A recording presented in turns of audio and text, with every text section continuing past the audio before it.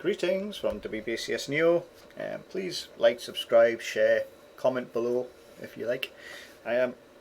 This is a remake video because the first one, for some reason, I noticed I didn't have a microphone, so I was talking away for ages and not getting anything recorded. Great, so I had to do a complete remake. So here we are with another walkthrough solve. I've got to thank Joshua Woodward for sending this one in the group chat. So I said I'll try and make a video. I think I said it, I can't remember. I was going to make a video for it anyway, like a walkthrough. So the reason why we did this one is just because of the R2-D2 reference. It was a Star Wars thing, and we always comment on Star Wars when we see that reference in a Scramble, because obviously R2-D2 is a droid. So we always respect Star Wars when we see that Scramble with, or a Scramble I should say, with R2-D2 in. How do you like the t-shirt, by the way? I've had it for years, but it's the first time I've actually worn it on a video. It's one of those hatred ones, because most Cubas will recognise the blue-green edge pair, which you just don't simply get anymore. So yeah. Anyway, so here we go.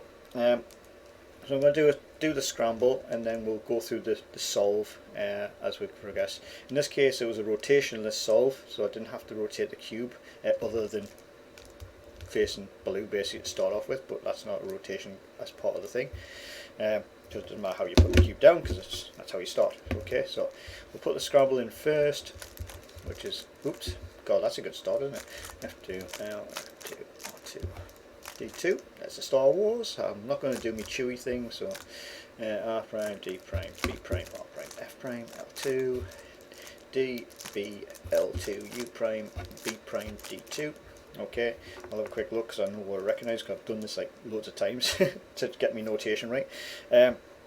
So we've got the Scramble. We would start off from there because blue seemed to be good.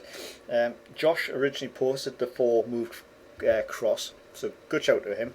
Had a look at it. I probably would have spotted that anyway, but it's a good call. I had a look at other methods and other possibilities to do with this, and I thought to myself, no, actually that 4 move's quite good. It's a quick move. It's like a 1 second move if you're really quick. So the 4 move is basically, we are going to bring green to here, that moves the orange to here, rotate, put the blue in because the blue's here. Okay, as you can see the green's there, we've got the orange here. So as we rotate, this is your right, so that rotates, that gives this orange position where it should be when it rotates.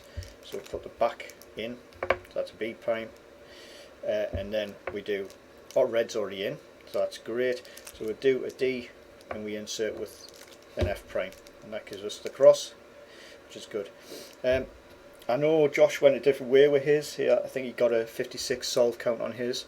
I initially was going to go with possibly these two or these two. I didn't see these two initially, actually I didn't see them at all. I was completely colourblind to them, so I don't know why I didn't see them, but I seen these two and I thought, will I play them first?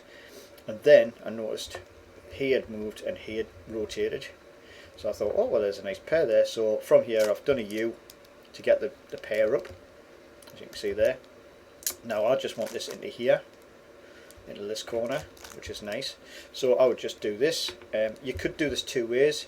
You could do L R prime U2 then L prime R, and that would put this into here.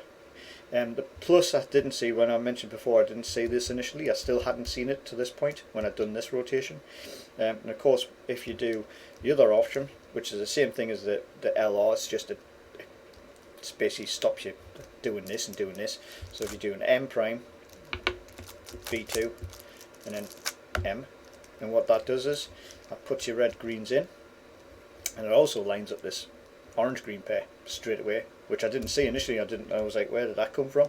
And I just hadn't seen those at all. I was looking at everything else but not those 2 particular colours.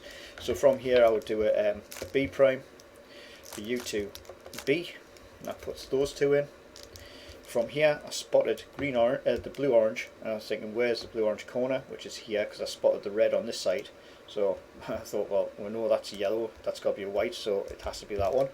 So from here we would do the U, L prime U2, L, U prime, L prime U L, and I'll put those two in. Okay, from here I've then seen obviously the blue red had switched over here, so I would do a U2, and again do the same as what we did there, sort of thing.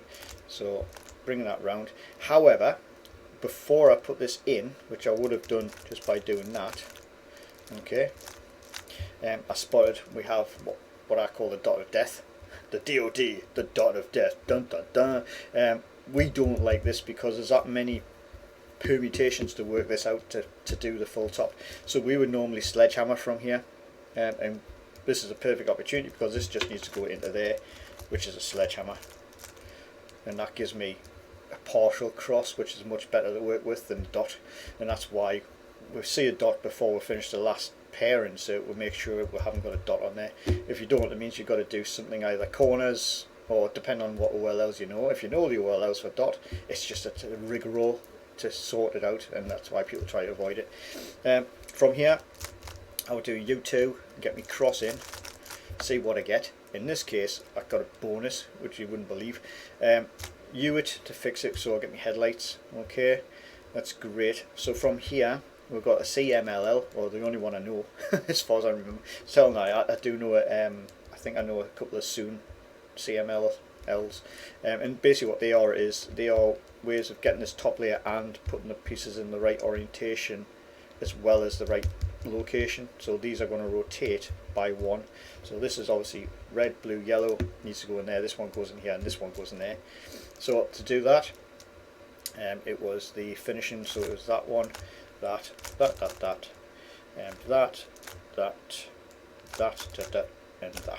and then you to correct it, and that's it, solved. It was so simple. It was a really simple solve. Nice scramble. That's a sort of scramble you want on a competition to get a good time. I haven't timed that. I reckon I could do sub 20 on that one quite easily. It's scary to even think about trying it, but yeah, you could do a sub 20 on that quite easily, I think, or at least I could. I would imagine, you know, Felix or Max, Sean, I can never pronounce his last name, Buki. I do apologise for the pronunciation, mate. But I reckon they could do definitely, obviously sub 10, possibly sub 6, but even that set. So that was a 44 count. So there you go. That's how easy that one was.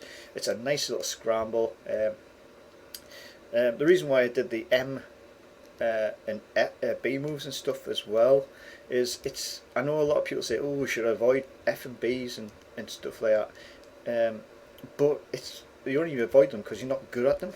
You know what I mean? You want to keep on hitting F and B's whenever you can, really, because you want to get good at them. You want to get a good finger action on them.